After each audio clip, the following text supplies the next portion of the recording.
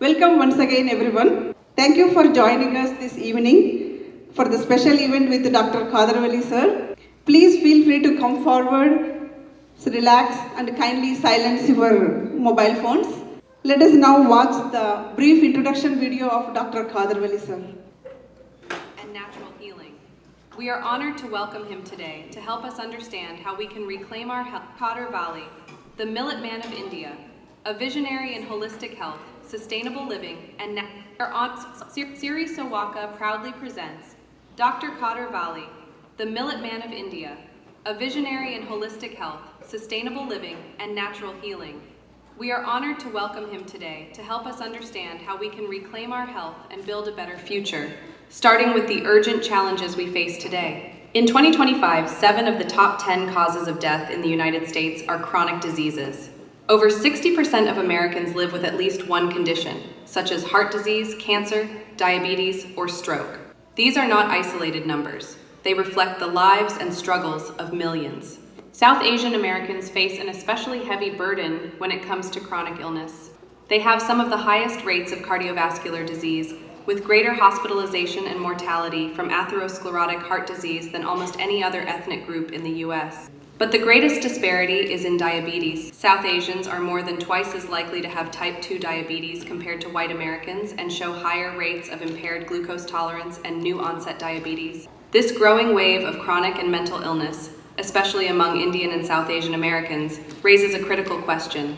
Is the lifestyle we've adopted here truly sustainable for our health or for future generations? The evidence says no. Studies show that over 50% of deaths in the US could be prevented through early, simple lifestyle changes. And the most powerful change of all? Diet. So, how can we live a more sustainable lifestyle in this corporate, fast-paced world? How can we begin to reverse the McDonaldization of our food, our bodies, and even our healthcare, which has turned wellness into a commodity instead of a birthright? What does it look like to take back our health, habits, and homes, one plate at a time, in a way that's both scalable and deeply individual? Today, we are honored to welcome Dr. Khadar Vali, a visionary in holistic health and sustainable living, whose pioneering work reconnects us with nature, ancestral knowledge, and food that heals. Dr. Vali will guide us through practical, powerful answers to some of the most urgent health challenges of our time. Dr. Khadar Vali's journey is not just inspiring, it is transformational. Born in Pradesh, Andhra Pradesh, he began as a dedicated scientist, earning a PhD from the Indian Institute of Science for his pioneering research on steroids. His passion for environmental and food safety took him to the US, where he conducted postdoctoral research in Oregon, working on deactivating dangerous chemicals like dioxins, toxins that silently pollute our food and environment. He later served as a food scientist at India's Central Food Technological Research Institute and worked with DuPont in Delaware. But instead of continuing his career in corporate labs abroad, Dr. Vali made a bold decision to return to India in 1997, dedicating his life to reviving ancient grains, transforming public health, and empowering both farmers and patients with natural, time-tested solutions. After returning to India in 1997, Dr. Khadar Vali settled in Mysore and immersed himself in reviving traditional agriculture. He noticed that many indigenous millets, once staples in Indian diets, were disappearing from our fields and our plates. These grains held powerful healing properties, yet they had been sidelined by commercial crops like rice and wheat. Through years of experimentation and patient observation, he identified 5 specific millets with remarkable potential to prevent and even reverse chronic illnesses. These were not just grains, they were nature's medicine. Dr. Vali named them Siridanya, or noble millets, and began advocating for their return to our kitchens and farms. His goal was simple yet revolutionary: to put real healing in the hands of everyday people, starting with what they eat. Dr. Khadar Vali's healing philosophy is rooted in the revival of ancient wisdom. He has treated thousands of patients through a combination of Siridanya millets, leaf-based decoctions, and in rare cases, gentle homeopathy. He strongly opposes the consumption of polished rice, wheat, milk, meat, genetically modified crops, and food grown with chemical fertilizers and pesticides, which he believes are major contributors to chronic diseases and environmental damage. Through Siridanya and natural living, he has helped people reverse conditions like diabetes, hypertension, obesity, PCOD, thyroid disorders, infertility, and even gangrene. His mission goes beyond food. He educates farmers about sustainable cultivation, empowers communities to heal themselves, and advocates for water and ecological preservation. In 2023, he was awarded the Padma Shri by the Government of India, earning him the title, the Millet Man of India. While many know him for his work in health, Dr. Vali's vision is far bigger, to build a healthy, self-reliant, and sustainable society for generations to come. Dr. Vali reminds us that healing begins with the food we eat, the soil we protect, and the knowledge we pass on.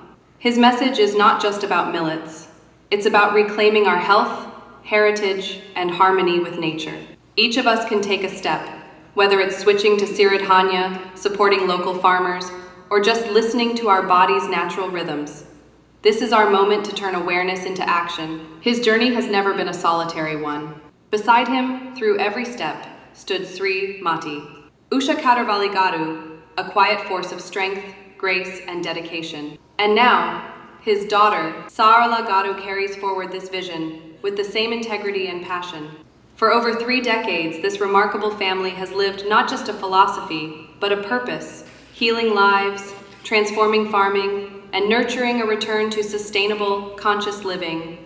Their work has restored dignity to farmers, hope to patients, and purpose to seekers around the world. Today, we pause to say thank you for the years of sacrifice, the courage to walk a different path, and the wisdom they've so generously shared with us all.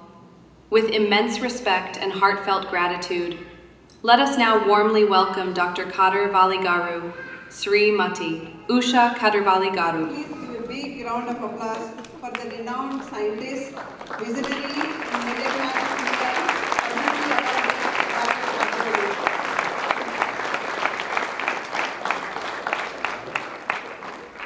Thank you, sir, for your invaluable service. We deeply appreciate it. It's a truly honor to have him here with us today. With deep respect and gratitude, I now invite Dr. Khadar Vali sir on the stage. I also invite Mrs. Usha Khadar Vali madam on the stage, who has been a steadfast support behind Khadar Vali sir's journey and achievement. I invite Mr. Bhaskar Vempati to honor Dr. Khadar Vali sir.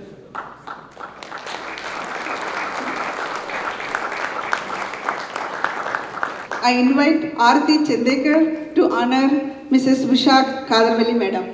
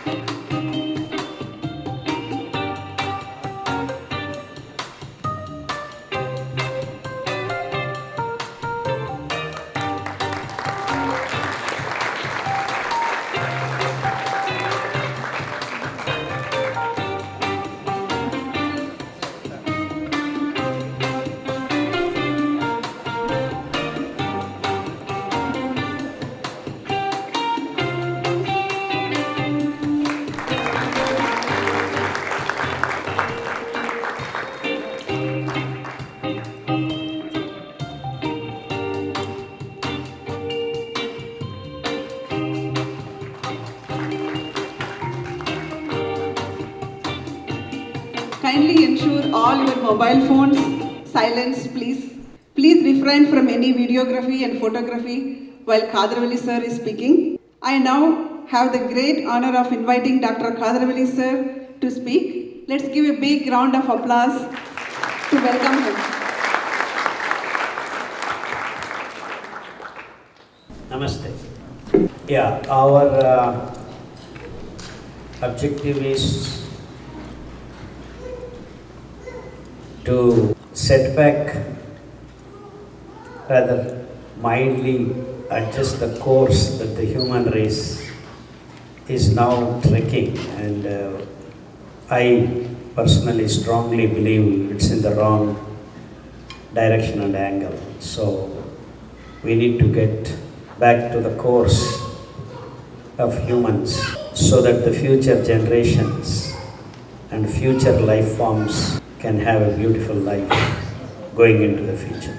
The answers are simple, but the questions are complicated. Why are we here at this cross junction?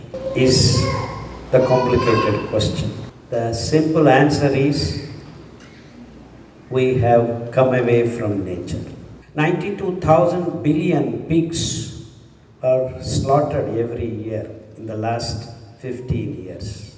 250 chicken are slaughtered, and God knows how many cows are milked and slaughtered.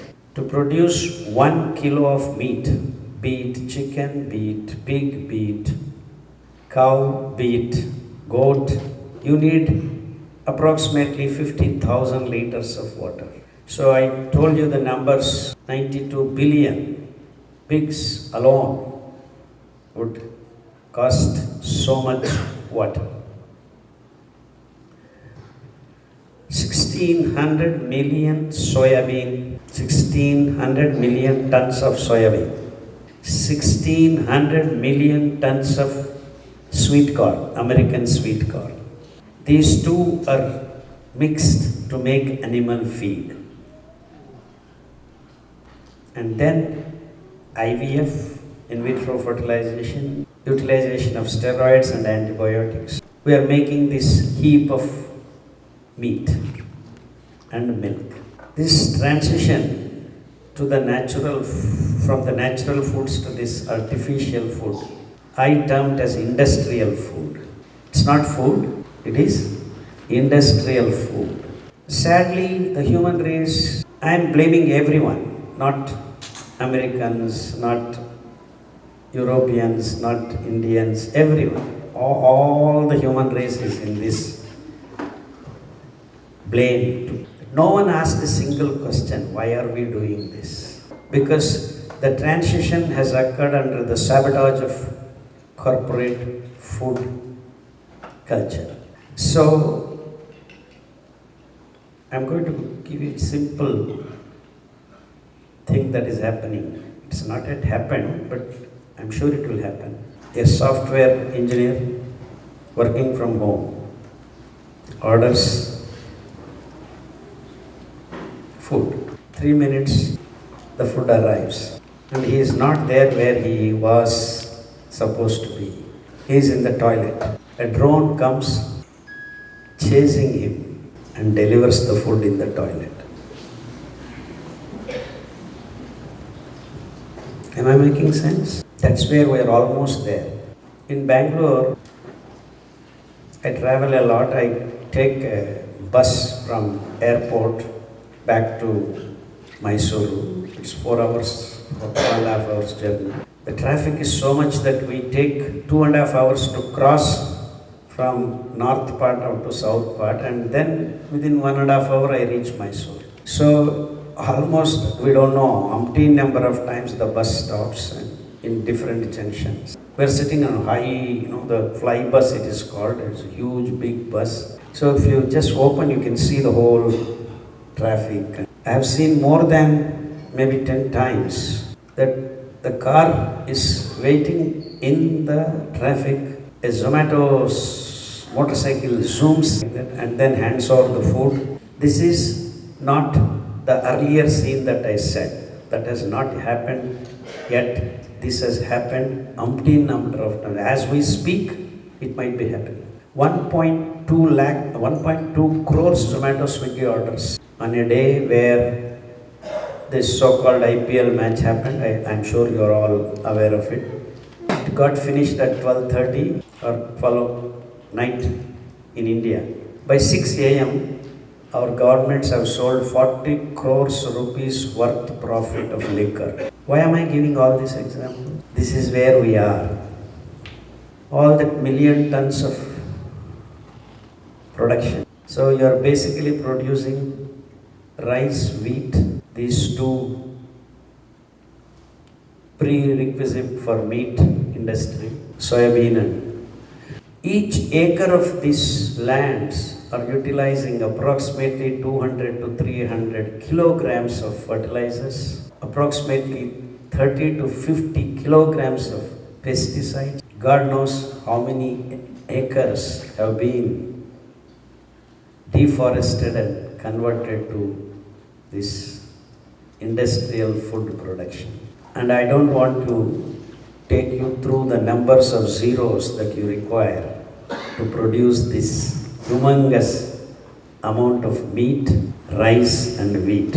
Rice and wheat per acre, per kilo, you require minimum of 8 to 10,000 liters of water. 13% of the agricultural land is occupied to produce in almost all the continents, agricultural land. In some places like America, Canada and Europe, it is so much that people stopped counting. And within 10 to 15 years, the land becomes barren because of the fertilizers. And so we have been losing the agricultural land, which is actually a transitional land from forest to agricultural land and then becoming barren land. So India alone from 2000 to 2020 has lost almost 36% of agricultural land becoming desert land. And the amount of water that we have lost in India, Punjab, the so-called cradle of green revolution, the water now, ISRO has, with all high-end technology, has accurately come up with the water that would be available for next 12 years only if we continue to produce rice and wheat. The last 30-40 years, we have completely used up all the groundwater, apart from the rains that we get. So what am I rambling these numbers? Are you aware of this? And I do not want to say how much America is using, Europe is using. And believe me, it is 10 times to 50 times more than India does. A small place called Japan, just 2-3 years ago, was using more fertilizers than all India put together. So much so that soybean, which is a so-called protein-rich, it already had 23% of protein, but these people wanted to patent the seed. So they said, we have produced a seed which has 30% of protein. And this is exactly what happened all over the world in the name of science. The seeds are patented, the rights of the seeds of the farmers is taken away. So the food is slowly, without anyone's knowledge, in the name of patent and biotechnology, has been taken away from farmers. Farmers became laborers for these companies.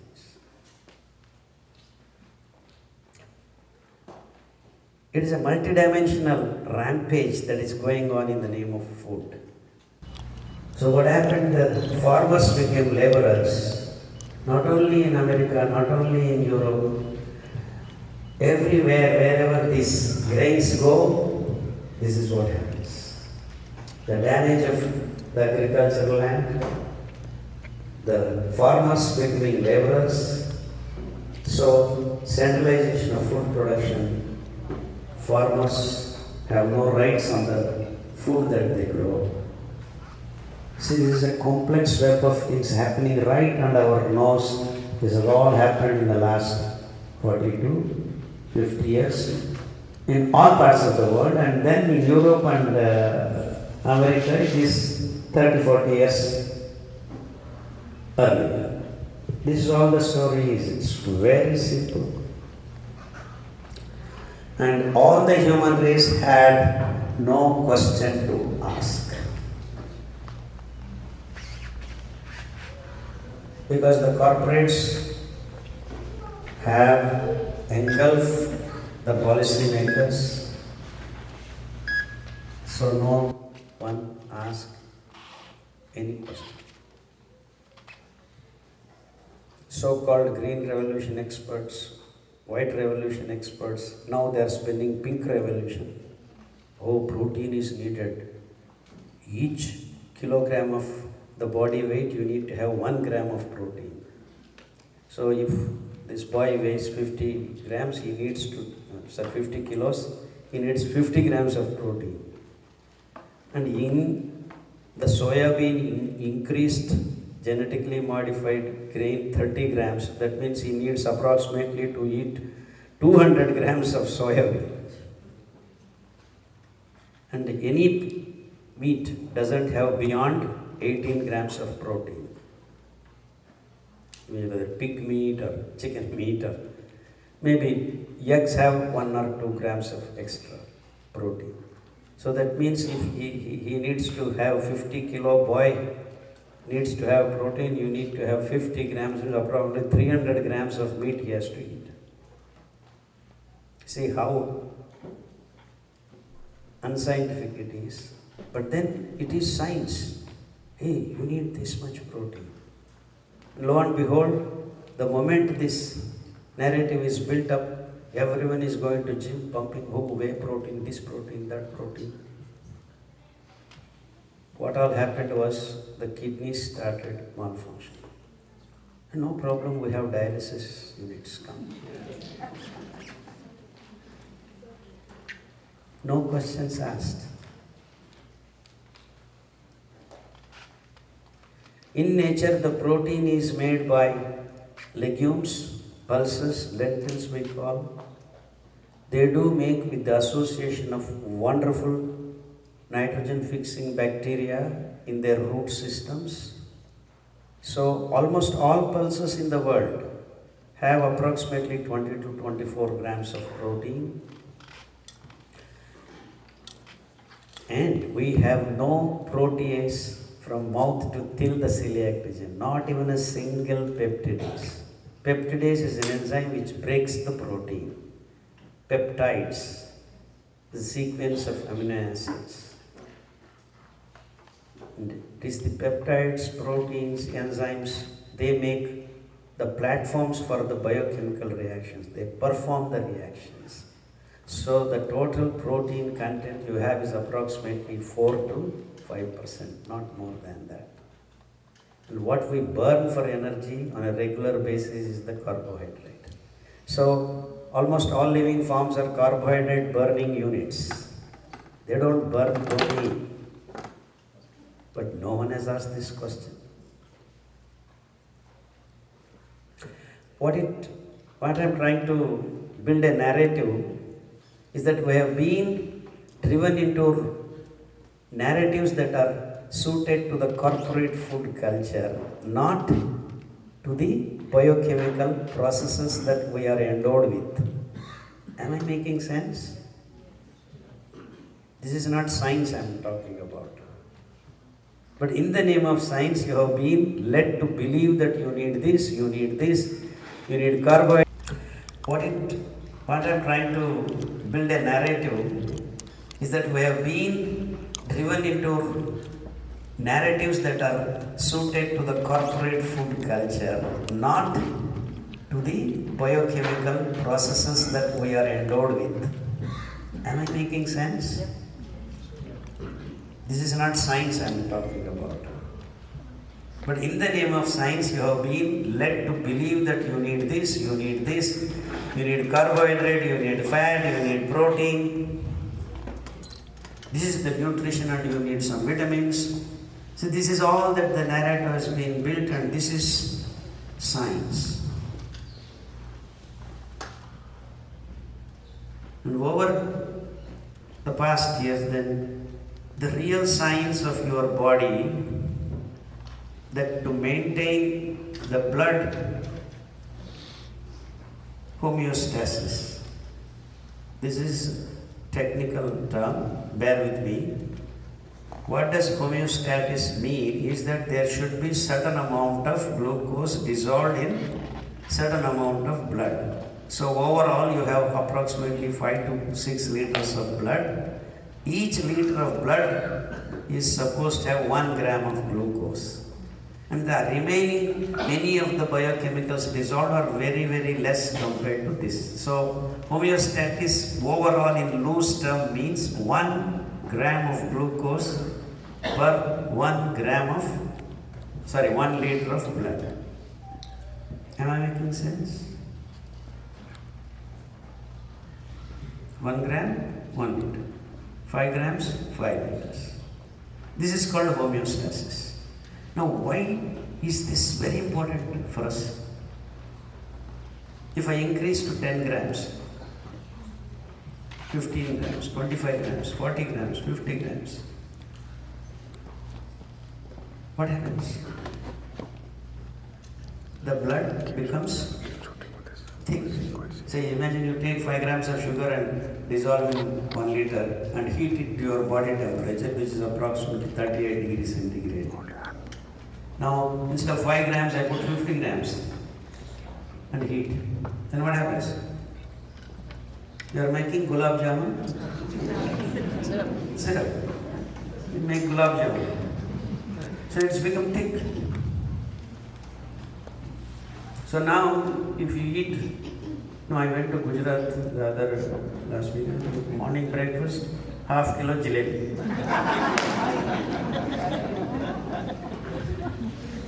Afternoon lunch, in the name of curry, I have sweet dish. Anything and everything has sugar. So if you calculate in 1 plate of, you have minimum of 40 grams of sugar. I'm not talking about rice and wheat releasing glucose into your bloodstream without any regulation. So why all of a sudden sugar came into the picture? The whole planet produces almost 150 lakh tons of sugar. You do not need a single milligram of it. Because we, with all the beautiful arrangement of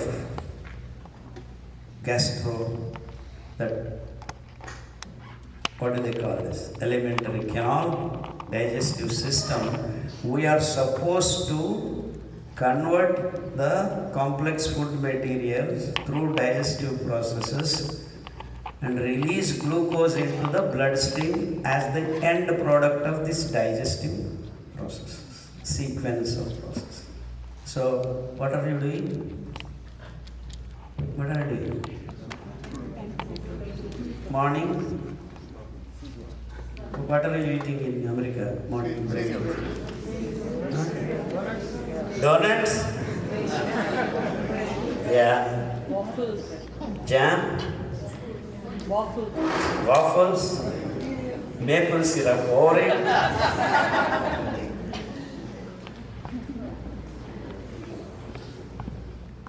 Happy?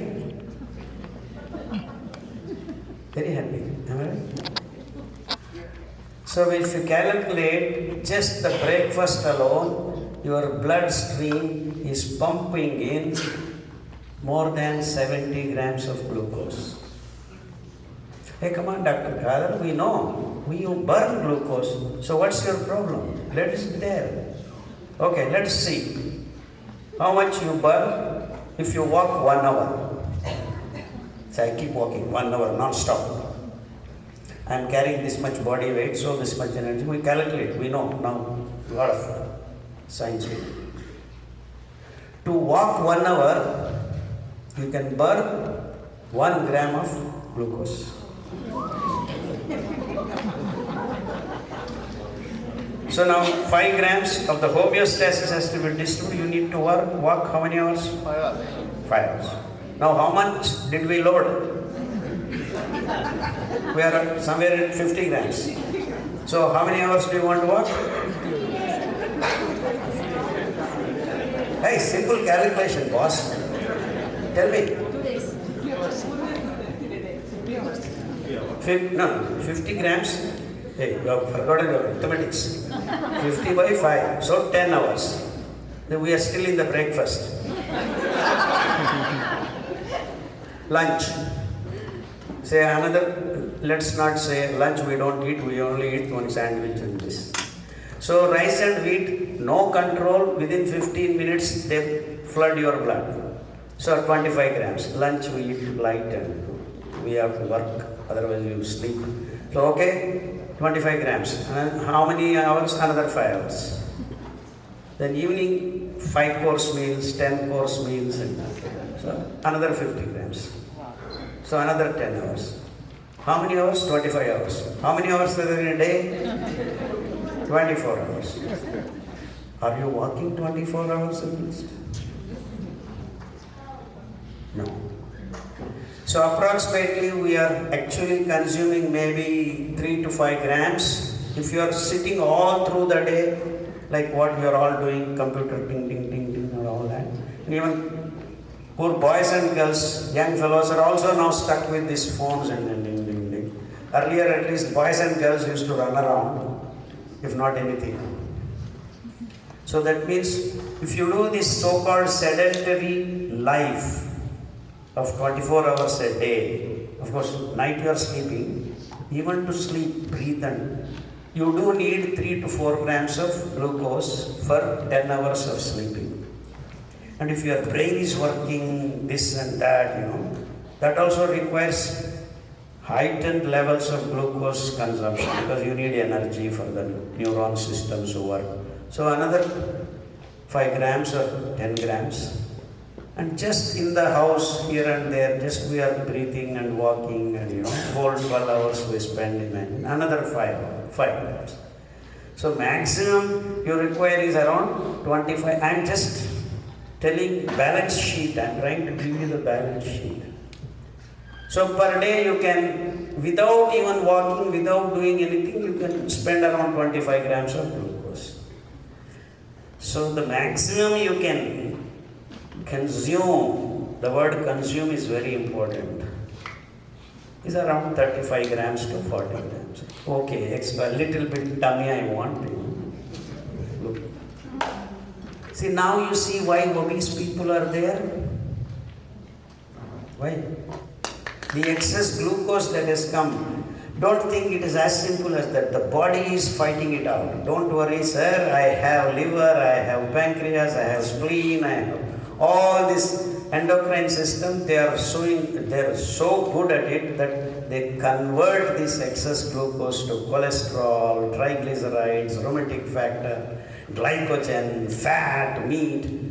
You see the buttocks bulging, the tummy bulging, and people are all becoming obese. Generally, when I come to America, I land in Houston. I have a good friend who invites me, so Houston, as soon as I enter the airport, out of this, come, welcome to Texas. Here everything is big. Then I come out and people are walking like that. Each one weighing 150 kilos. So where did this obesity come from? It is the sandwich, it is the donut, it is this meat accumulated. So cholesterol, take a tablet. Triglycerides, another tablet. Blood has become thick. I have heightened blood pressure, no problem, take a blood thinner. They know that blood has become thick. They are giving you. So now what has happened? The doctors are distributing tablets. So go to the doctor and say, sir, I have BP. How long I should take this tablet? Lifelong. How long? Lifelong. I have diabetes. How long? Lifelong. BP, lifelong. Diabetes, lifelong. Rheumatism, lifelong. So now you see established a very nice cycle. So you eat this, you do not know that this is causing BP because no doctor is willing to tell you don't eat bagel, don't eat this, don't eat whatever you want to come take this tablet. How long? Life. Am I happy? You are happy. because we didn't ask any question. Why did I thick my blood like this? Is there a way to thin this blood? Am I making sense? So all of you, even if you are taking tablet for 30 years, you can thin your blood in 3 months. If only you eat food that doesn't pump the glucose into your bloodstream like flood. And that's what happened millions of years in the human race when they were eating millets. And millets are grasses that are growing, that would grow if we allow. Millions of years ago, the dental reminiscence in the archaeological diggings have clearly said, I think 178,000 years ago, diggings clearly showed the evidence that humans in the dental reminiscence have the C4 grasses in its grains. Nothing else. So the early food of humans, as we have been made to believe by its Western thought processes, hunter and gathers. As soon as you brought and you take a hit, where will eat? So start eating meat, which is not true. Not only in American continent, any continent, it is not true. Everyone ate millets. Brown top millet is known as American millet. Even today, Colorado grows millions of tons of it. But the FDA writes on it, not for human consumption. So all over the world, they believe FDA as the apex body of science, and India also agricultural science, not for human consumption, bird feed. And that's exactly what these Green Revolution experts ran the narrative. All over the planet, people have been eating primitive food, coarse grains, bird feed, animal feed. Here we have premium food, C3 grasses, rice and wheat, which do not have the regulating capacity of glucose into the bloodstream, which floods the blood instantaneously within 15 to 20 minutes and causes the homeostasis of the blood disturbance, glucose imbalance. And that is the source of all your diseases. Am I making it simple for you? So now, who is the culprit? Rice and wheat and sugar and meat. Have you questioned? No. I love rice. Hyderabadi pulao, Kashmiri biryani. Sorry, opposite.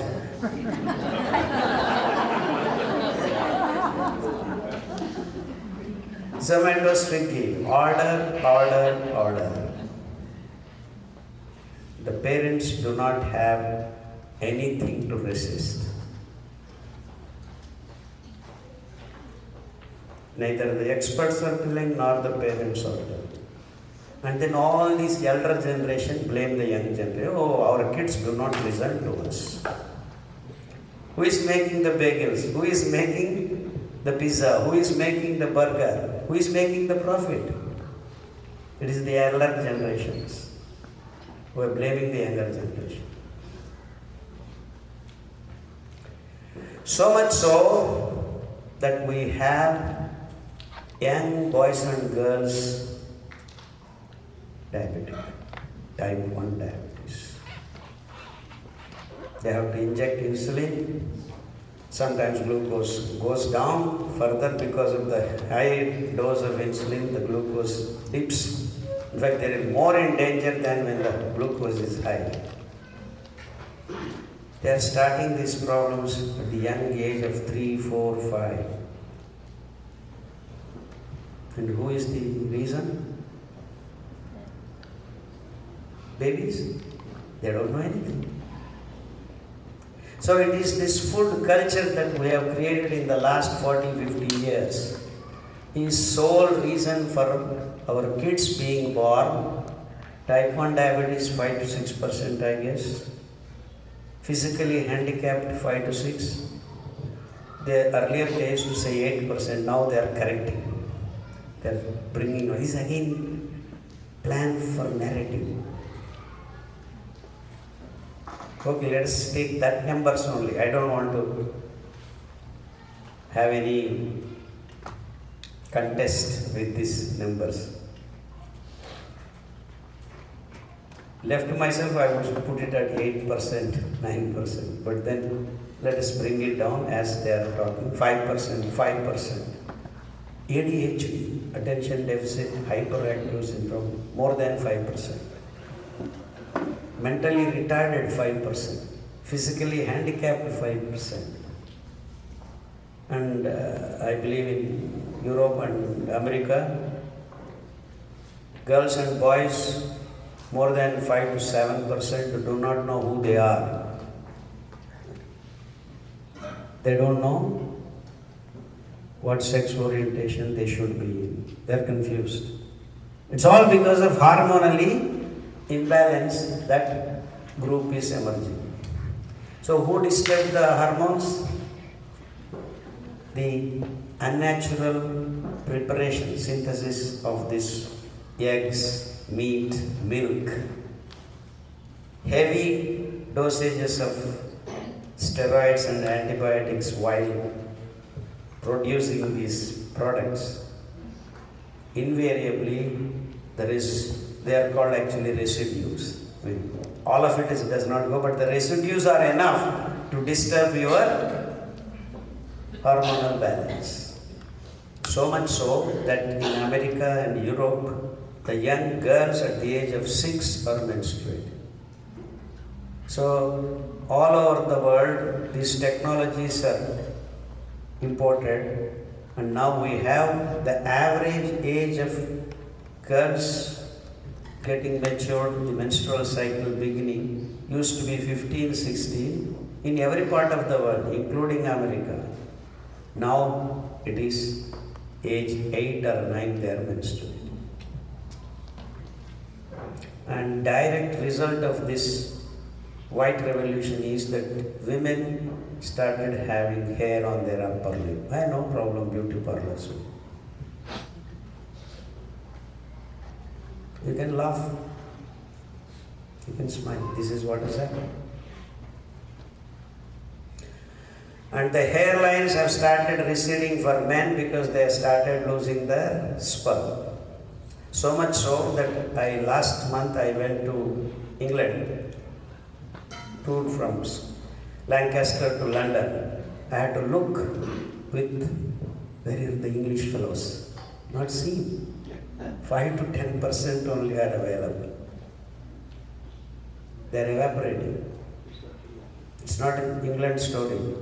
All other European. Germany, there are no people, almost no Germany. 58, 60 is their average age. But the world is being given a narrative that we are ballooning, the population is increasing. No.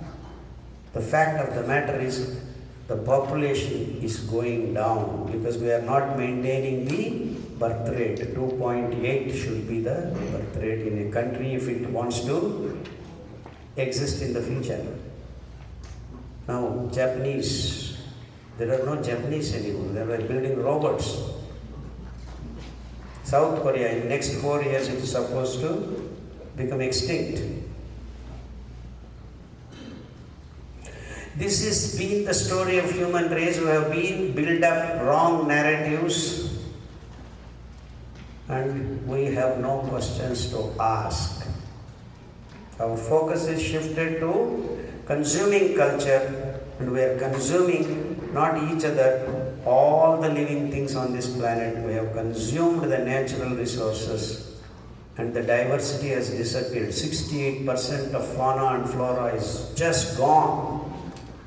We don't even know that it exists. Am I making sense? It's all happening because what you are eating. And this humongous amount of production of artificial food with fertilizers and pesticides, complicating our health. And if these carcinogenic chemicals enter our body, we are seeing the rise of cancer in the last 30 years. I'm trying to give you the real factual incidents why we have these diseases. So if you know what is the problem, where is the root cause of the disease, only then we can eliminate these things going into future. Am I making sense? So the healthcare system doesn't bother us to keep healthy rather than searching for short-term alternative systems to keep manage your symptoms. This is exactly what is the reality. Is it good for us?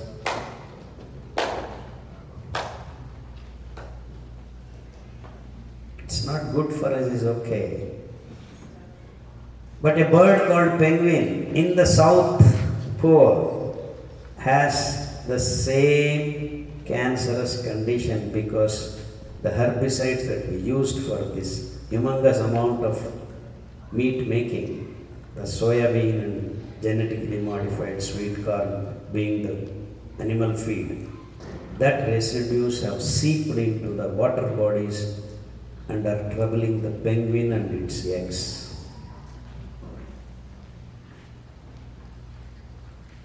Sarve janaha sukhinho bhavantu. What it means is that let everything born on this planet be at peace and joyful. Janaha doesn't mean only the people. Anything that is born.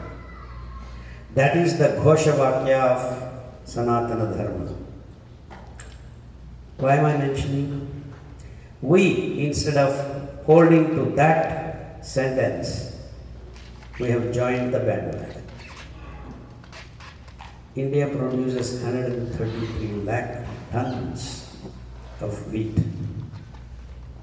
They are guzzling the water. Now water left in Punjab is only for 12 years. Hey Khadar, I came here to know how to cure my BP, how to cure my thyroid, how to cure my...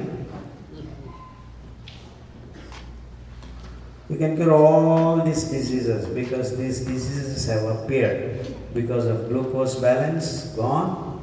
Microbial balance is the most important tangential, what do you call it in American, collateral damage.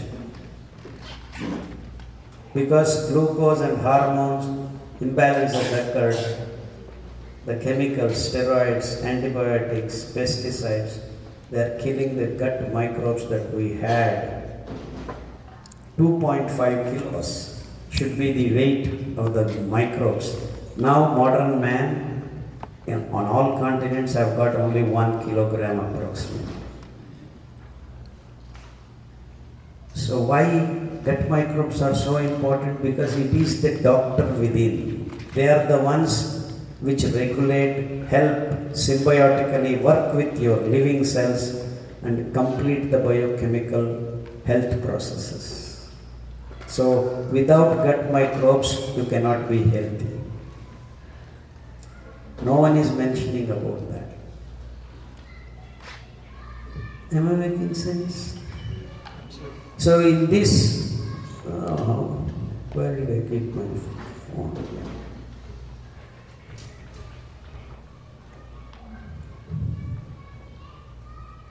I believe I got the phone around, microphone around 6:50 or so. So it's now 7:50.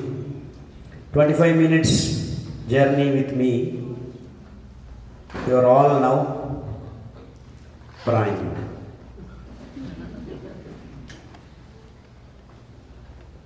Now you know where is the origin of the disease. We have disturbed our bodies existence with these three imbalances. So how can we get healthy? How can we get healthy? So how can I fill your tummy? Tummy means actually is a misnomer. Gut is actually just below the tummy. That is, tummy means the stomach. There is a wall, it opens, it releases its digestive metabolites and the digested products into the celiac region they call. C-E-L-I-C. Celiac region.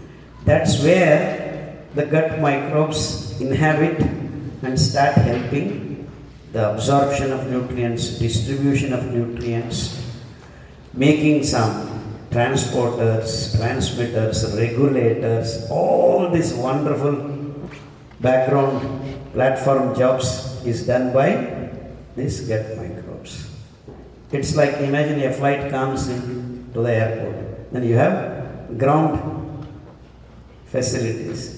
There's a bus, this fellow says after getting down the aeroplane, so many things go on unnoticed.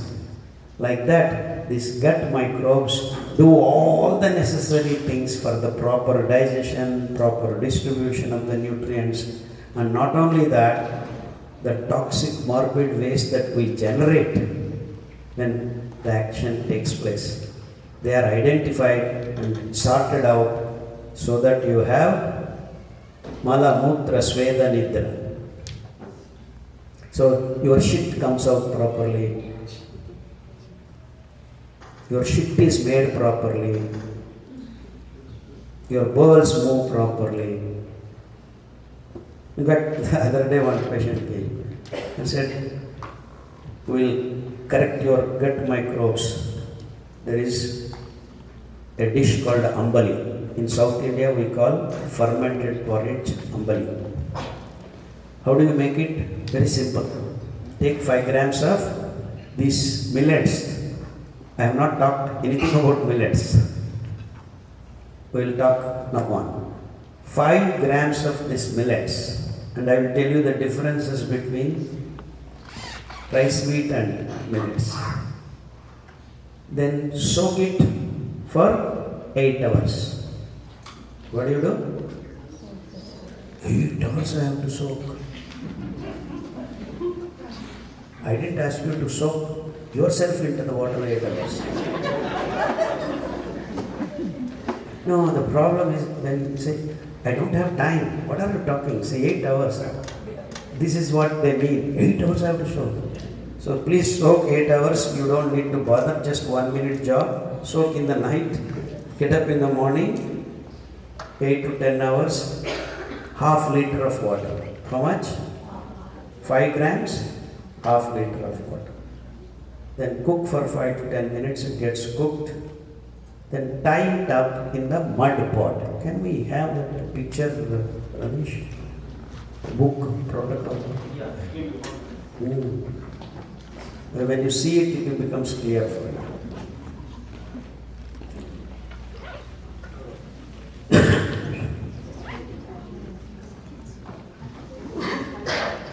Yeah, just get back earlier pages.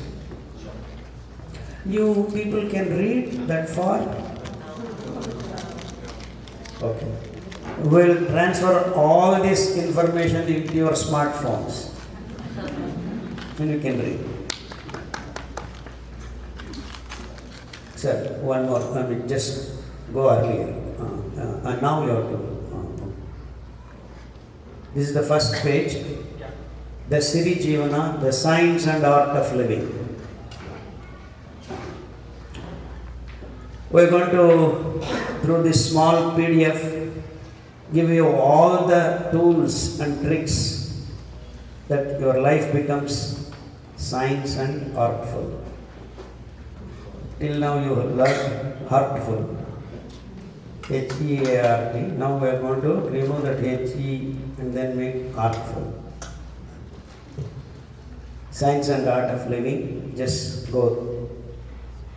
Sorry, it's gone. Can you browse? Yeah. Yeah, one more page.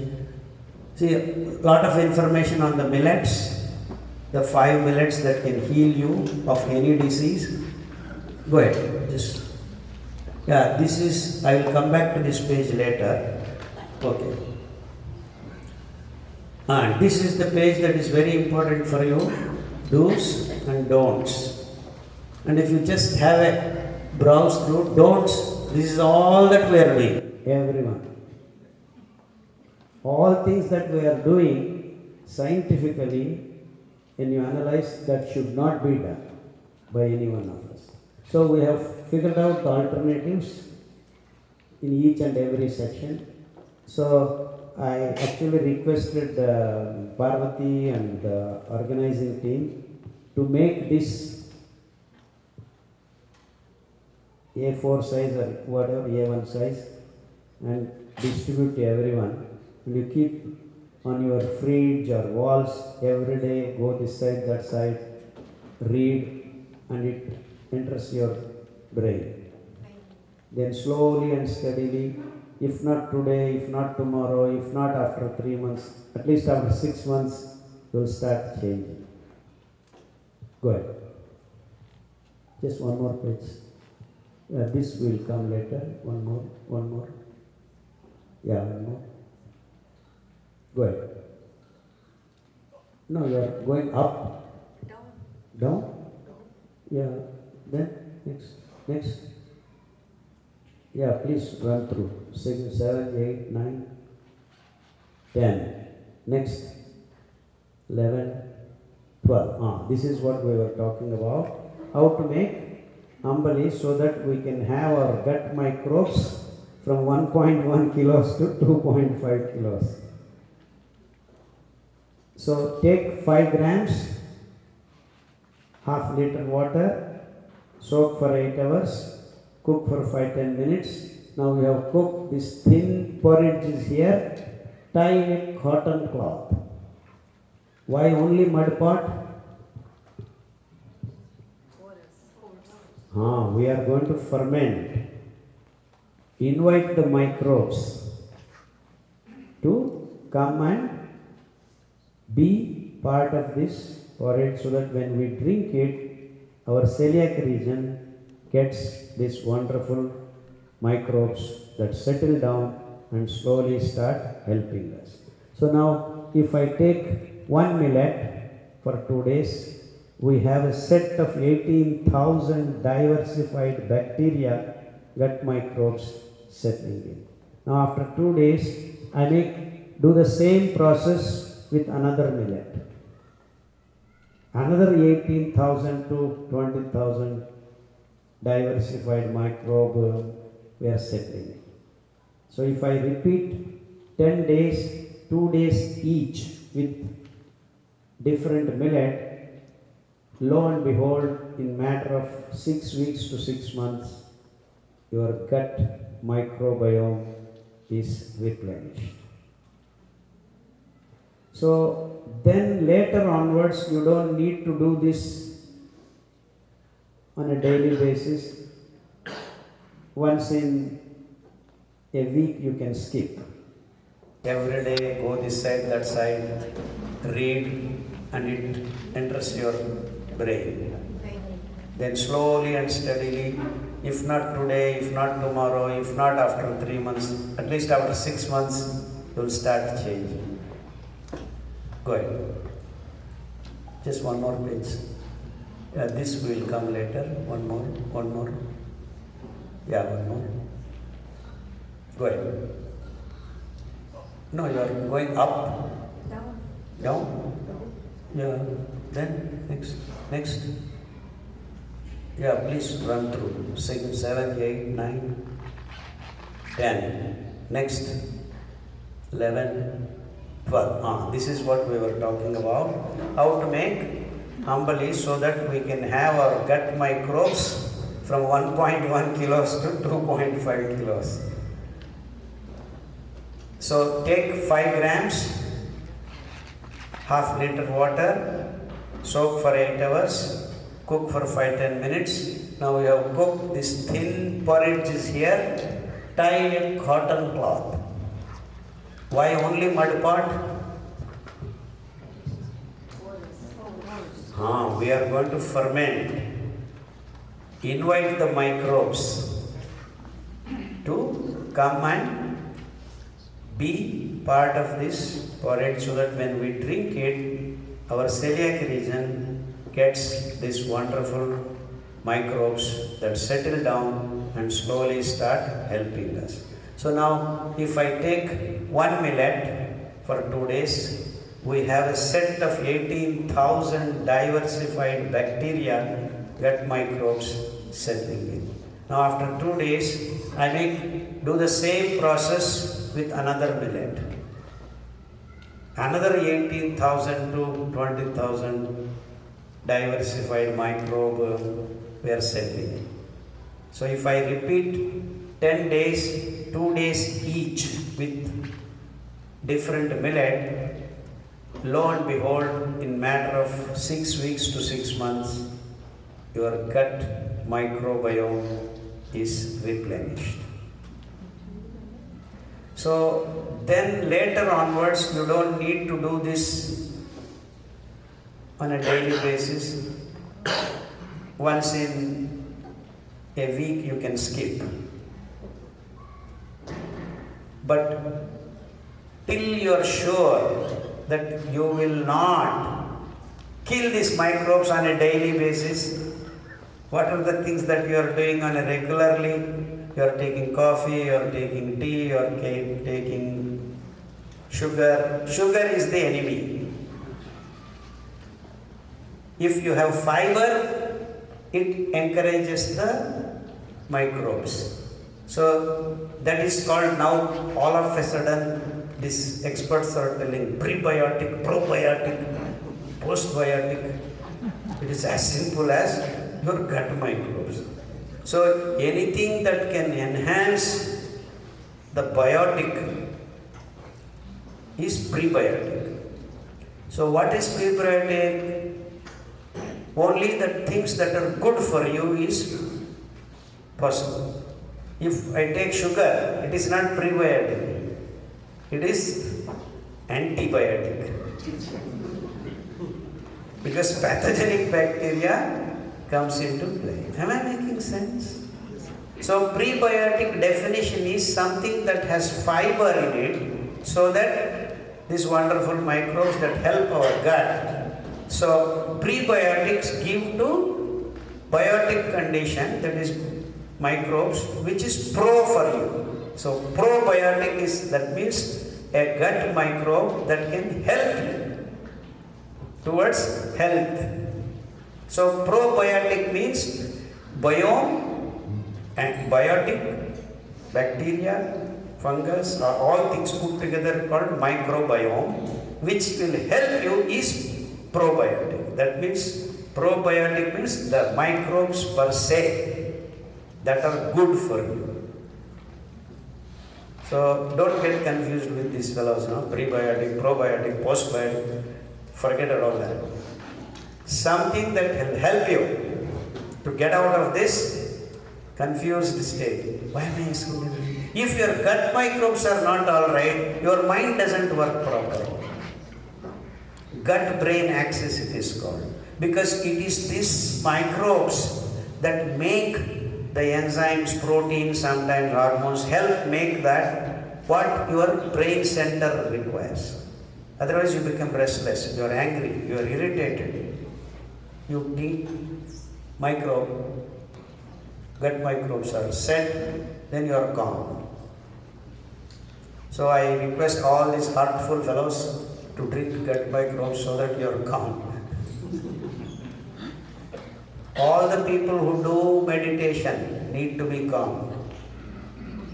And the calmness comes through not eating anything and sitting for meditation. So you have a nice cup of orange juice with 45 grams of glucose, you are not going to meditate.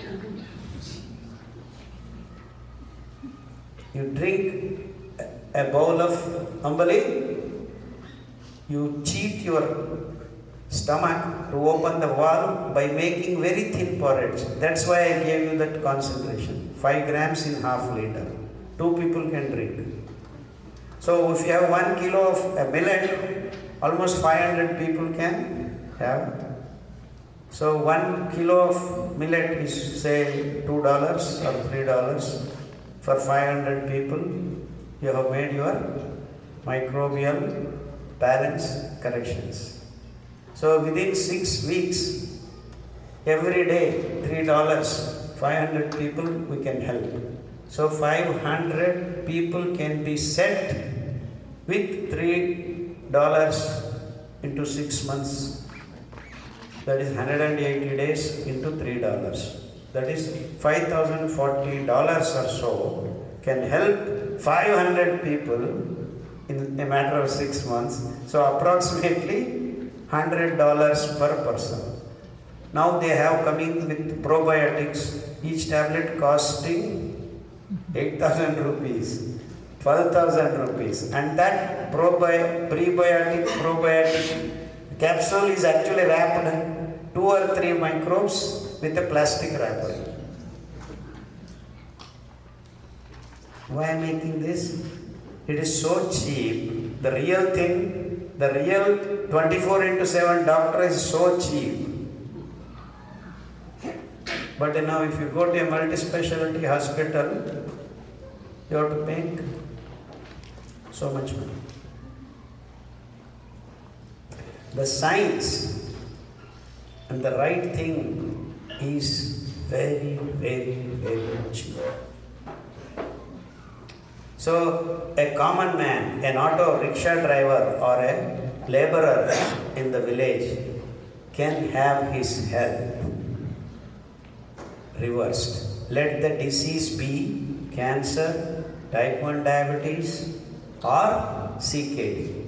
We will just see one testimonial. Can we switch off the lights a little bit?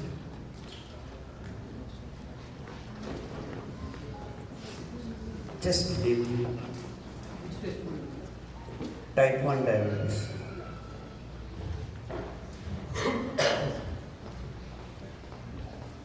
Are you with me? Yes. Don't be so serious, huh? It's pretty damn easy to get rid of this diabetes, BP, thyroid. Hi, I'm Shruti. I'm from Bangalore. Last year. Good. Now, from the lifestyle, town. Yeah. Welcome to Dr. Khadar Lifestyle.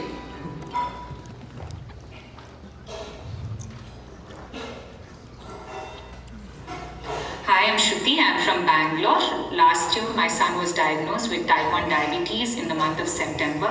He was barely 13 at the time. He had to be rushed to the hospital. He was in the hospital for about 7 days, where his medication or treatment included him taking insulin injections. And even when we got back, we were told that, this is how his life is going to be, where he has to manage his blood sugar levels only with insulin injections, and that he had to take it for about 4 to 5 times a day. And not just that, in the middle of the night, we had to check his blood sugar levels every day so that he doesn't enter a hyperglycemic state. And that is very painful to see, right? Thankfully, on the 9th day after his discharge, our very close relative, because of his experience with Dr. Khadar, recommended us to go consult him. So I took my son along to Mysore, and we saw Dr. Khadar. Dr. Khadar immediately put us at ease. He said, my son does not have to be dependent on insulin injections for the rest of his life, that there was another way that included switching to a millet diet, stopping anything that was processed, stopping milk and milk-related products, switching to an organic diet, and following a good physical regime, that is a good exercise routine. And immediately we started that. Also, Dr. Khadar, in his disease protocol, he recommends, for diabetes, he recommends taking concoctions of certain leaves in the morning, and having bull-driven oils. There are 5 types that he recommends for diabetes. So we started doing that for my son. And in a week's time, we could see how his insulin dosage had to be reduced, right? For every meal, in fact, we had started giving him lesser and lesser because his blood sugar levels were getting controlled with lesser dosage of insulin. And believe it or not, at the end of 1 month, we could, stop his medication completely. He was just managing it with whatever Dr. Khadar recommends, with the millet diet, with drinking the concoction of certain leaves, with the bull river oils, and following a healthy regime. So we are extremely indebted to Dr. Khadar for his timely help. We are grateful to him because he's been our savior. And I recommend that everybody follow Dr. Khadar's protocol. Even if you're healthy, please switch to a millet diet. Stop eating gluten and rice because it does more harm than good to our bodies. All of us at home eat whatever my son has to eat to manage his health, and that is great support when you do that. And we can see the difference even in our health. So thank you again, Dr. Khadar. You've been our savior, as I've mentioned time and again. And I recommend that everybody follow a millet diet to stay healthy, to stay stronger, and to be happier.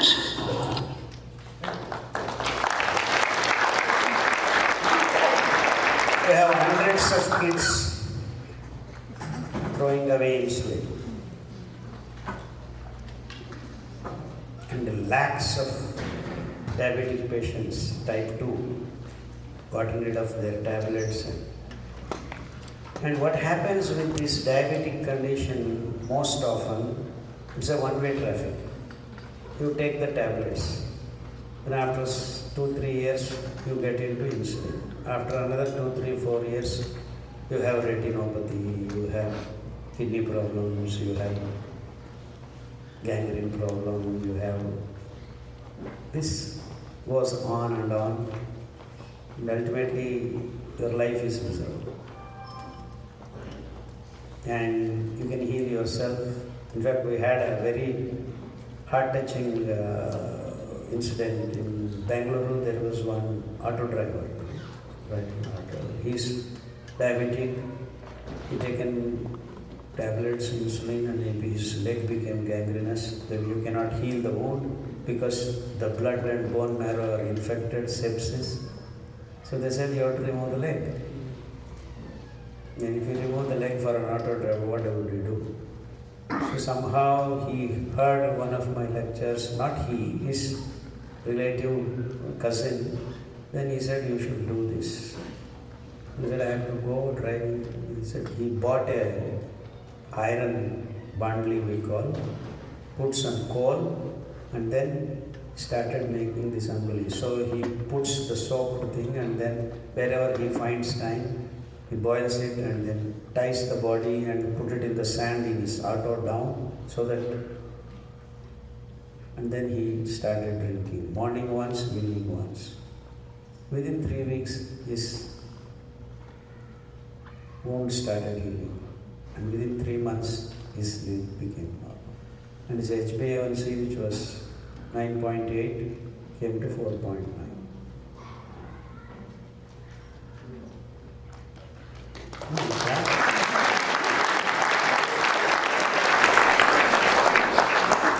We have hundreds of these cases.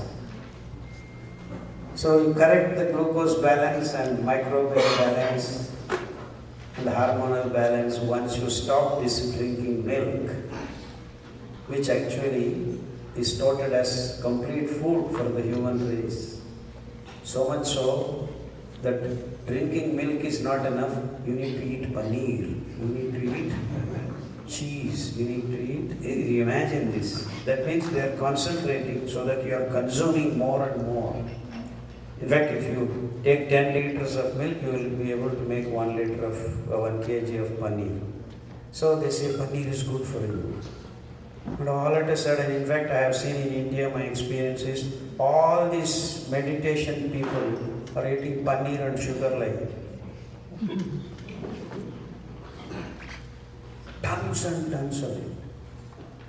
And all these people have diabetes. They take a tablet and meditate.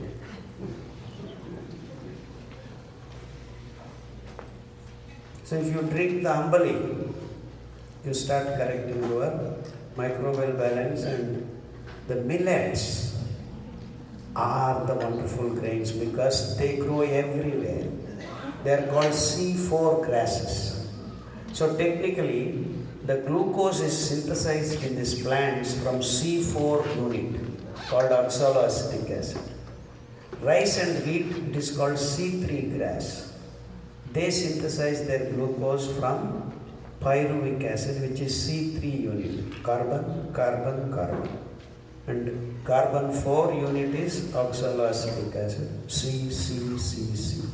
So this becomes ascorbic acid, then citric acid, you get to glucose.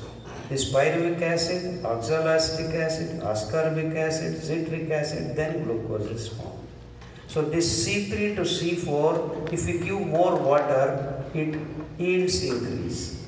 That's how the rice and wheat are chosen by these corporates with the fertilizer and pesticide and water, building dams. They said we are making premium food. While doing that, they stole the rights of the seeds. Very nice setup. So the C3 grass grains increase the yields, which were giving 1 acre 10 quintals, now 30 quintals, 40 quintals. And that is green revolution magic. Everyone fell for it. All over the world thought, oh, high yields, high efficiency.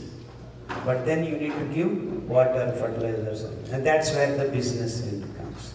Where did this fertilizer come from? From the bomb materials that are not used in the wars. And so Europe and America made humongous amount of these bombs. So they found this as a bypass. So it is the war technology that is given this so-called rice and wheat existence. Otherwise in nature they do exist, but you cannot grow them the way we are growing. So what was growing everywhere? C4 grasses. Because these grasses do not require water. They can absorb water from the humidity of the atmosphere. Even if you have 40 to 50% humidity, good enough, the grass will grow. That means anywhere and everywhere you can grow your food. And this is the trick. Now, if everyone, the scientists, start telling you that millets are good for you, you can grow anywhere, the food industry has to disappear. Am I making things clear to you? Then the research on millets is completely stopped. Zero research. Not even a single institute exists on this planet on C4 grasses. There are 6,000 varieties. All along they existed. In fact, if you dig deep, without C4 grasses, there is no plant kingdom on this planet. Because it is the C4 grasses that protect the 4 to 5 inch of the topsoil. The topsoil is held tight to protect it from high winds, rains, sun. And that is the beauty of the C4 grasses. They form the platform. And if your 4 to 5 inch topsoil is not alright, no plant can take roots. No seed can grow. And that's what we are seeing. Despite many organizations working to forest the soil, because the top 4-5 inch soil is depleted, no seeds are taking roots. So you are driving the whole system to desertification. And we have increased 18% of deserts on this planet in the last 50 years. This is the science of millets, protecting the topsoil. So now if you all eat millets, what happens? The topsoil is protected. Once the topsoil is protected, the seeping of the water into the underground happens. That means you can charge the water table that we have lost. Now begins the replenishing process. Am I making sense? So these are the grains that do not require water because they make the glucose when the grain is formed through C4 photosynthesis. These are the grains that use water and natural resources, guzzle the water and make your grain which does not have a regulatory power to release glucose into your bloodstream. And millets, on the contrary, because they are C4 grasses, because they don't require water, the carbohydrate, while being formed, is also encirculated with the fiber content. And that's how these grains become prebiotics. Rice and wheat is antibiotic.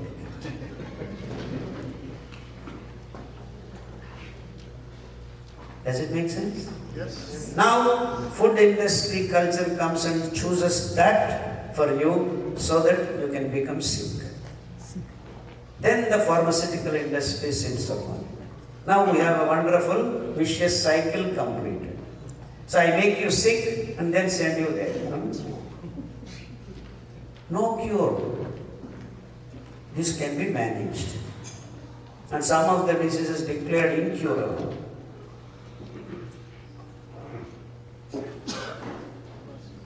Imagine I have an accident. My skin is bruised. How many days it gets healed? 3 to 5 days, I have new skin formed. Now I have little bigger accident, I have lost lot of blood. So I get blood transfused and that will say, don't worry, in 3 months you will get your blood cells. What does it mean? That means blood is synthesized once in 3 months. So even if you do not have accident, every day your blood is dying, new blood is formed. So 3 months your blood is replenished. Now imagine you have the same accident, your bone is broken. You get a cast and then in 6 weeks the bone gets set. After 6 weeks you come, we will remove your cast. Am I right? And then if your liver is strong, you have 6 weeks, the regeneration takes place. If your kidney fails, you need 7 years to replace the nephrons. If your brain has any problem, nerve cells, you need 7 to 9 years to replace. So what does that mean? That means every day you are dying and every day you are being born. But you are all thinking, I will be born once and die once. But actually, every 7 years, now if I take all the other organs are within 7 years. So, Khadar, 7 years back, and Khadar now is totally a new fellow. I have no single cell that is existing which was there 7 years ago. That means we are being replenished. What does that entitle to? It means when something dies, new thing is coming. Something dies, new thing is coming. So that means there is a balance. Now if 100 cells are gone, 100 cells are formed. What if 1000 cells are formed without control? That is called cancer. Now a mother is feeding baby, some cells are gone. But if you are healthy, exact number of things are replaced. So now bone cells, extra formation happens because you have hormonal imbalance and then it becomes a cancerous condition. And that agents are the fertilizers, the chemicals, the steroids, the antibiotics we are filling so much so that our food is laced with poisons.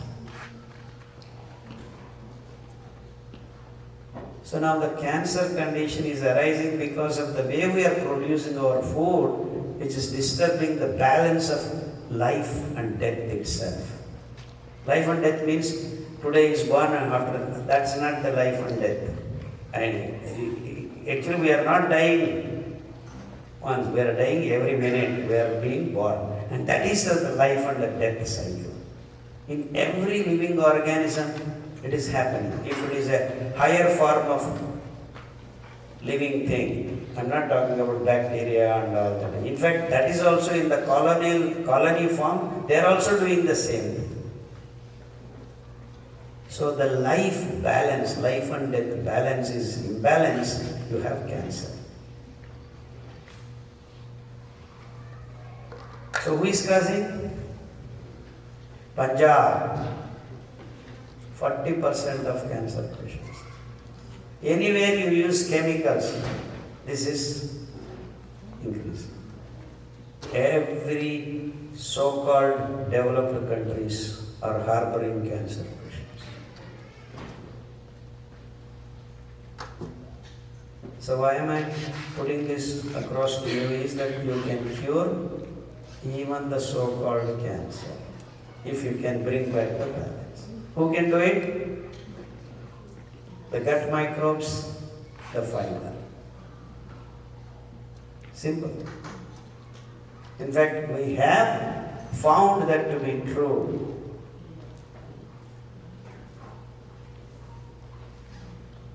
So what do you need to do? Tablets. Come to millets.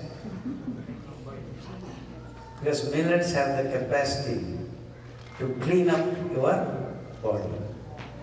Because the fiber associated with these grains. Now you remember I told you have to soak for 8 hours. Why? The grains are associated with the fiber. The fiber holds water. So without soaking, without the fiber opening up, you cannot cook the grains. So Dr. Khadar said millets are good. Go home, take millets, put it in the cooker, push, and it will starve my tummy. I am not able to digest. Because you are not soaked. It's not cooked properly. So the methods of eating, our ancestors, what they did, no information is available.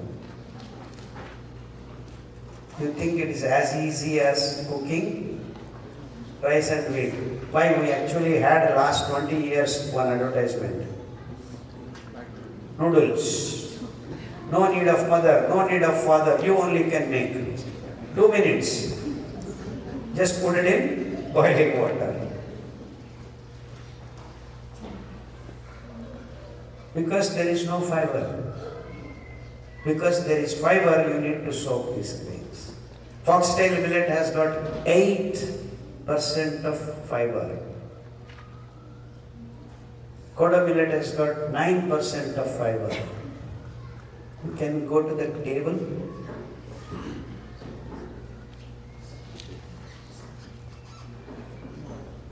You open the PDF now.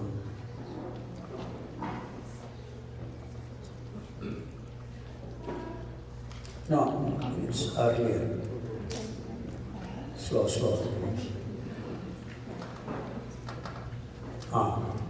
Please turn around. Rotate. You can see the fiber. 8 grams in foxtail millet, 10 grams in barnyard millet, 9 in kodo, 9.8 in little millet, 12.5 in brown top millet. And you have pearl millet 1.2 grams, finger millet 3.6, proso 2.2, great millet 1.3, desi corn 2.7. And in rice you have 0.2 grams and wheat 1.2 grams. But the difference is this fiber is just on the upper layer only. Once you remove that, it's complete carbohydrate. Whereas this millet, great millet has 1.3 grams of fiber only, but it is associated with the carbohydrate, is encirculating the whole carbohydrate material. So, though this and this fiber are almost same, though nature of the fiber is different, the way it is structured is different. And wheat, no one has any fiber because you are making maida, atta, and then your pizza, burger, bagel, all these things you are aware of. And that's why when there is no fiber, and what does fiber do other than making microbes, removing the glucose or releasing the glucose slowly and slowly? It also makes your gut microbes and then makes the bowel movement because of the fiber. It becomes hydrophilic and you make the shit properly and then your bowels move easily. You will never ever be constipated. In fact, the Europe and Western countries every day have to take isopgol to evict their workers. Am I right? So you will never have constipation. In fact, I was telling you, one person, sir, I started taking Ambali, sir. I have to go twice a day to the toilet. Then I said, how many times were you going? Sir, once in 3 or 4 days I used to go. And he thinks that is right.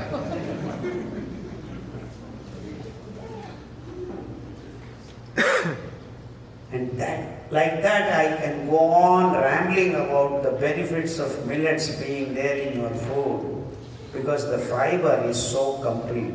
And this information has been given in India long ago. Charaka actually classified food as, can someone tell me? Medicine. No. Sati. Greens and vegetables, roots and tubers, greens. Kandamula, greens, leaves and vegetables. Akulu, alamulu or patte sabji in Hindi. Then roots and tubers. Like, you know what I mean, roots and tubers? Carrot, turnip, potato, and more important, yams. Samegade, Suvarnagade, Kandagade, then elephant yam. All these are roots and tubers. And then grains. Now what's the classification based on? Greens and vegetables have immature fiber or nascent fiber. Roots and tubers have just maturing fiber. Grains have matured fiber. So the matured fiber has high antioxidant properties. That means a lot of inflammation in our bodies, be it in the brain, be it in the kidney, be it in the liver, can be negated when you eat these 3 classes of food. Greens and vegetables are must, because some parts of the inflammation, some parts of the disease causing irritants can be negated with greens and vegetables. That is nascent fiber. And immature fiber, roots and tubers. They have long chains of this carbohydrates turned into fiber. They do the medium kind of job. Now you have grains, which is matured fiber called lignans, which is available only in millets, especially this top 5 millets. You see the fiber content. And you see, if you divide by the carbohydrate by this, you get single digits, whereas rice you get 395. And this is disease, this is health. These are in between. That's why we termed as neutral grains. And these 5 grains are called major millets. And the top 5 are called minor millets. What is millet? Milli. Milli means 1 by 1,000 in French language. So, chiclet, piglet, booklet like that, millet. There are more than 245 millets out of 6,000 varieties of C4 grasses. All millets are C4 grasses. So their water requirement is almost 0 when compared to rice, wheat or soybean or wheat. That means we are not consuming the nature. What are we doing? We are conserving the nature. We are replenishing the nature. How beautiful it is. And how savage it is to consume everything and then say bye-bye to the next generations, because we are disappearing without having sperm and ovum. So there is no need to have a tsunami or asteroids. We are dying from within. Yeah. Am I making sense? which is not the right thing, but this is what is happening. So you want to have good sperms, you want to have good ovum, instead what do we have? PCOD, endometriosis. More than 50 to 60 women have to remove their uterus even before 30 years, 35 years. And this is all because of hormonal imbalance, microbial imbalance and glucose imbalance. So I personally believe that we have found the root cause of the diseases. So we can eliminate them. And that's what we did in the last 30 years and have, please just browse through. And all these books, PDFs are loaded into Google. You can download free, no copyright, no copyleft, whatever.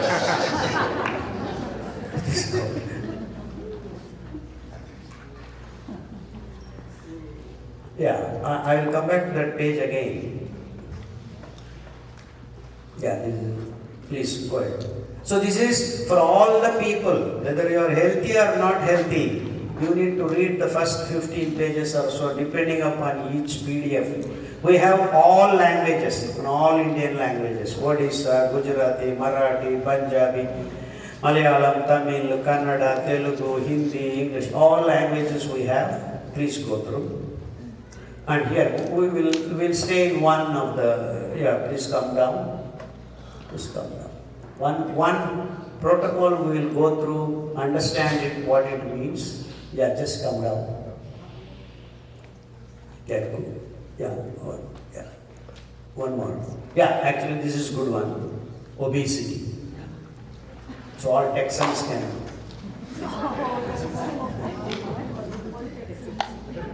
So if you eat little millet 3 days, Kodo millet 3 days, barnyard millet 1 day, foxtail millet 1 day, brown top millet 1 day. You will get it in your smartphone, you can see. I'm just going through one. So that means you have to eat little millet for 3 days. Morning, afternoon, night, if you are eating 3 times. Nowadays doctors are telling eat 5 times. In fact, you are supposed to eat, you are used to 3 times. Till you are 40, 45, you can eat 3 times. Once you are 45 and above, please switch to 2 times. Remove them lunch. Eat well in the morning, and then you can have 1 or 2 fruits if you want to. But don't eat all bazaar fruits. You will become cancerous. You eat organic fruits without chemicals. Okay? Then evening time, you can have 1 more meal. So before you eat meal, what you are supposed to do? You are supposed to drink Ambali. So that's what will prime your body. Sir, I ate millets, I couldn't digest. Because you didn't cook them properly and you don't have gut microbes to help you. So anyone, whether you are sick or no sickness yet, you follow Ambali first. That is a mandatory for everyone. So whether you follow this protocol or this protocol, see people want to lose weight, people who cannot gain weight, they can also gain if they follow this. So it looks like you are having the same sequence of the food, but then the leaves, decoctions are different. Okay? So like that we have made protocol for almost all the modern day diseases. Please run through. Go ahead. Say gastric problems, GERD, esophageal, it is called gastroesophageal reflux disease. Acidity, then Parkinson's. Nowadays in Indian context, just now entering because we are slowly copying the same things there. The diseases are also happily appearing there. But in America and Europe, this Parkinson's and Alzheimer's are plenty. So you could get rid of them. Kidney stones, gallbladder stones, pancreas stones, we can remove them. In fact, many cases of these stones in different parts, they remove through laser, they remove through operations, but over a period of 1 or 2 years, again it appears. In fact, in In India, many people actually have kidney stones keep coming. Said many doctors say this fellow has got stone factory in his body. Yeah, they keep producing every year, one after the other keep. So we have the solution, and this is a permanent solution. This is permanent solution. So we will not ask you to go to doctor lifelong. Instead, we want you to eat these things lifelong. In fact, many times we have cured a lot of diabetic patients. After 6 months, they come and say, "Doctor, I am doing good. Can I start tomorrow onwards normal food?" So I have made him eat abnormal food. That's what he thinks. And he wants to go back to Kashmiri pulao and Hyderabad biryani. This is what is the problem. See, our minds are so fogged that we don't understand. Even after becoming healthy, we want to eat that unhealthy food. So the food that we are eating is causing ill health. So food has to be defined is something that gives you health. So if your food is right, no medicine is required. And if your food is wrong, no medicine works. Happy?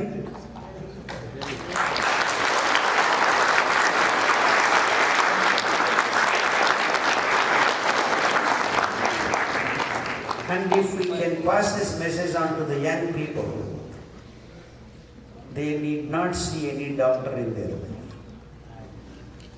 So we will eliminate the need for doctors. Of course, accidents, emergencies, we do need them with all due respect. But the way now it is happening, we are actually running through this vicious cycle of creating disease and managing that, and then entering deeper into deeper disease cycles, and especially ending our lives in emergency rooms. This has become order of the day. So do you want to escape this cycle?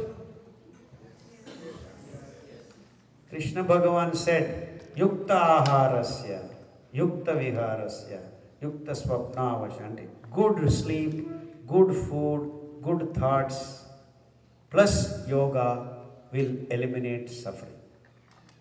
So we are now at a position we have not defined what food is yet, human race. So let's define food. Food that nourishes us, food that gives us health, food that nourishes the planet. That should be the connection. So now if you start eating millets, we can save the rivers, we can reverse the global warming, because it is the food industry releasing 10.4 billion tons of carbon dioxide. And the total release of carbon dioxide is 14 billion. But then all the experts are going ha ha, ga ga, in dealing with this 3 billion tons of carbon dioxide, forgetting this 10.4 billion tons. Because they don't want to talk about your food. They don't want to talk about the pigs being slaughtered. They don't want to talk about, and this is the sad story. How can the soya bean be sattvic food for you? How can rice be sattvic food for you? How can these vegetables that are being sprayed with chemicals be sattvic food for you? This is my question to the human race. Just because it is coming from the plants doesn't mean it is sattvic. You have killing the life forms on this planet. The dolphins, the whales, the fish. Oh, vitamin B12, salmon, kill them. Vitamin B12 comes from the ambali, not from the meat. But then all the experts have made the narrative, oh, vegetarians will not get vitamin B12, so you need to eat meat. Many Brahmins who have come to America, they don't eat meat, but they don't the meat. But then all the experts have made the narrative, oh, vegetarians will not get vitamin B12, so you need to eat meat. Many Brahmins who have come to America, they don't eat meat, but they don't tell the kids not to eat meat, they are eating meat. So the wrong narratives are making this food industry run. Vitamin B12 is wonderfully made by the microbes, not by you or the animal. Oh, in China they ran a big industry of bear livers, so they started farming the bears. As they are young bears, they cut and then deliver as vitamin B12. They make then all humbug. Such cruel systems. So where is Sattvic? So even if you are eating rice and wheat, you are not Sattvic because the blood that comes is thickened. You are tamas. You eat nice Hyderabad palavi little more, then you start sleeping. Manda. Eat millets. Not 5 days, 10 days. You will still be active because the glucose is not flooding. Coming step by step, quantum by quantum, controlled, regulated. That's what your food should be. And to produce this, we have not killed a single animal. In fact, the earthworms are coming back when you grow the millets. We have done that experiment. The birds flock together. The droppings of the birds start regenerating the soil. So, if you all eat millets, we are starting the replenishing, regenerative, wonderful life and death cycles being balanced. So millets are not just tools of health givers, they are life itself. Because nature has been designed on C4 grasses. Vast meadows, the migratory paths of big animals like bisons are all filled with this wonderful C4 grasses. The forests are formed because there are C4 grasses. So this wonderful aspect of millets has been completely erased from the human consciousness because of what? What we are eating. You see how costly our food habits have been in the last 50 years. So this is the whole story. And minor details of each and every one of your diseases that you are going through, please follow the book. You will be through of your diseases in a matter of, if not 6 months, 1 year or 2 years. Guaranteed. Nowadays everyone is guaranteeing. We will also guarantee.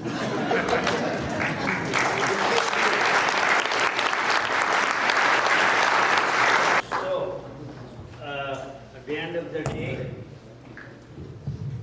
I am very happy to just let you know that there is a way to be healthy, and it is very simple. Thank you very much.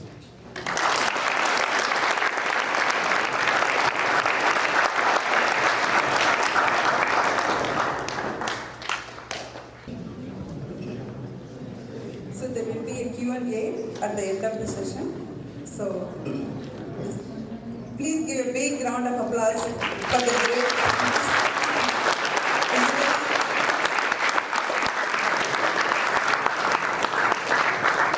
great scientist, visionary and millet man of India, Padma Shri awardee Dr. Khadar Vali. It's a true honor to have you here with us today. Sir, your words are always deeply inspiring. Every time we hear you speak, we learn something new. Each message a meaningful addition to our knowledge and awareness. Thank you so much, sir.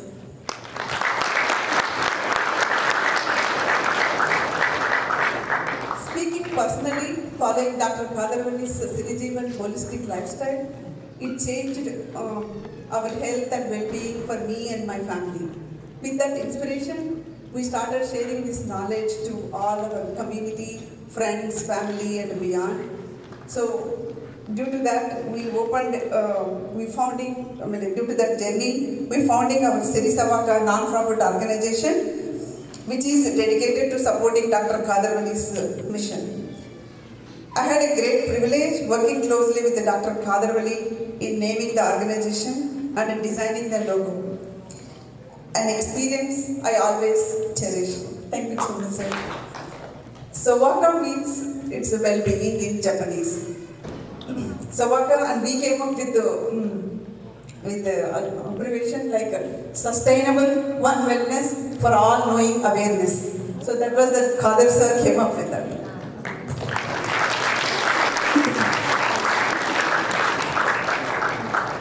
We truly believe in the power of the community support to carry forward this mission to make everyone healthy and happy.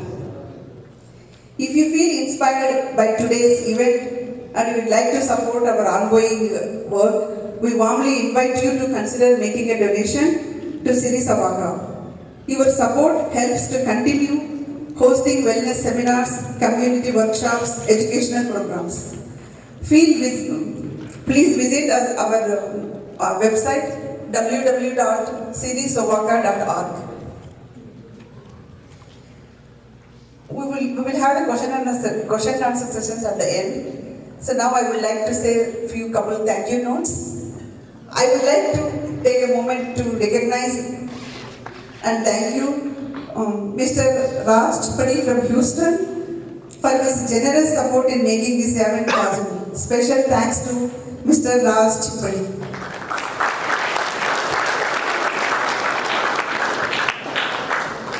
Thank you to the entire Siri Savaka team for dedication and hard work. This event could not have happened without the involvement and constant support of my better half Ramesh Tola, who helped coordinate every aspect of this event. And also thank you to Uma Bodamagutta, Venu Karagandi, Sunita Kandula, Srinivas, Banu for their efforts and dedication.